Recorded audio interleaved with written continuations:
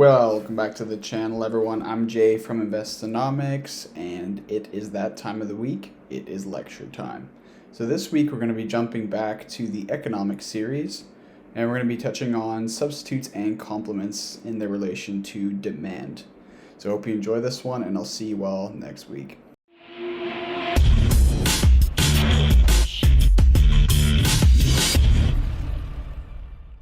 Welcome back to another week of lectures, ladies and gentlemen. It is already the last week of August, believe it or not, and the end of summer. This week we're going to be covering complements and substitutes, and you might recall from the last economics video a few weeks back, titled Shifts in Supply and Demand, that one of the factors influencing demand was the price of related goods, and that's what we're going to talk about today. So the related goods that we're talking about here are called substitute and complementary goods. You might have heard this already, but I'm going to touch on these again. So we're going to start by discussing substitutes first, and then we'll move to complements a little bit later. So as the name suggests, substitutes are goods that rival other similar goods. If the price of one is lower, buyers will switch to its substitute without hesitation. So obviously the one that is cheaper they will switch to. This means that the price of the first good rises. When it rises, quantity demanded falls, which causes quantity demanded to rise for the substitute since it's now cheaper. So essentially people are leaving that good to go buy the other good. Substitutes are typically produced using the same or similar ingredients or materials and are roughly equal in price and serve a very similar purpose for the consumer. And in this regard, they are able to switch when the price changes.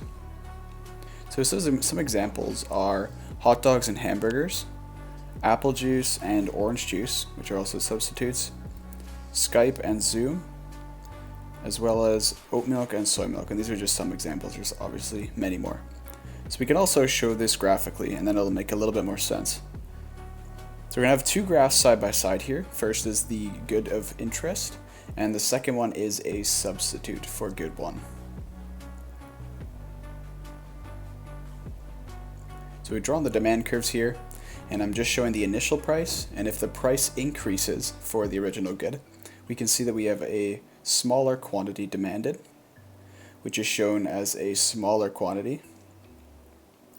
And then it's important to remember that a change in price alone changes only the quantity demanded and not the demand itself. So we move along the demand curve, we don't shift it. So here we can see that quantity shift to the left. And the substitute is going to have a higher quantity demanded because more people are going to move when the price rises. So another way to show this is on a cross price graph, and we'll see in a moment what this means a little bit more definitely. So we can essentially draw the last two graphs on a single one. So we have the price of the first good and the quantity of the substitute demanded as the axes. And we've got an upward sloping demand. Now this is really important. So this is the original price and quantity. And there's the higher price and higher quantity. So here you can see what exactly happens for a substitute good. And this shows that there is a positive cross-price elasticity. So the cross-price elasticity refers to how changes in price of one good affects the price of the other good. In this case, it could be the substitutes or the complements. Specifically for substitutes, the cross-price elasticity is positive. So this means it's greater than 0. For complements, on the other hand, the cross-price elasticity is going to be negative, so it's just less than 0. So we can see this in the cross-price graph above in the upward sloping curve. That is the demand curve in this case, and this shows that positive cross-price elasticity. So now we can focus on complements, which is the other end of the spectrum. Complementary goods do not sell on their own, and they complete each other when purchased alongside one another. So this means they're purchased together usually, and they complete each other. So when demand or price of one good rises, it also does for the complementary good. This is the opposite of substitutes. Similarly, when a price of a good falls, its complement's price also falls. So we can see how it's the opposite here, and when we have the negative cross-price elasticity. So these goods have no value when they're consumed individually, and that's really important. They need to have their complement. So some examples are pasta and pasta sauce, shoes and shoelaces, pencils and erasers, and economics content and Investonomics, of course, can't forget that. So we can again show this in the same way as we did above for substitutes, and we can show it visually here with the two graphs. Again, we have those same two demand curves with the price and quantity. And here I've labeled it good 2 arbitrarily, and its complement here. So again, I've shown a price increase here, and then we can kind of compare how they work.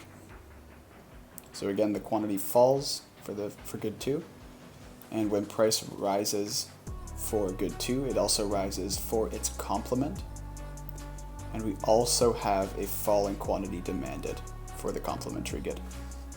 So similarly to substitutes, we can show the cross-price graph as well.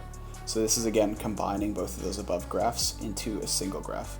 So the quantity of complement good demanded on the horizontal, and the price of good 2 on the horizontal or on the vertical. So the negative downward sloping demand curve now, and we can show that price change, which is an increase in price, and we can also see that quantity dropping as well. So I'd advise you to try this yourself and do it with a price decrease, as well as a shift in demand, either left or right, and see if you get something similar. So we can see from the cross-price graph that the elasticity is negative for complements, and this is simply that slope of the demand curve, and that they both move the same direction in terms of prices.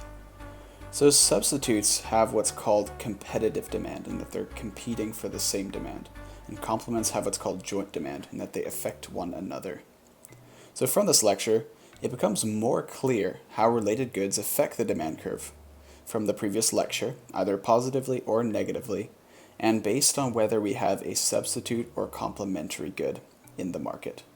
So I'll see you guys next week.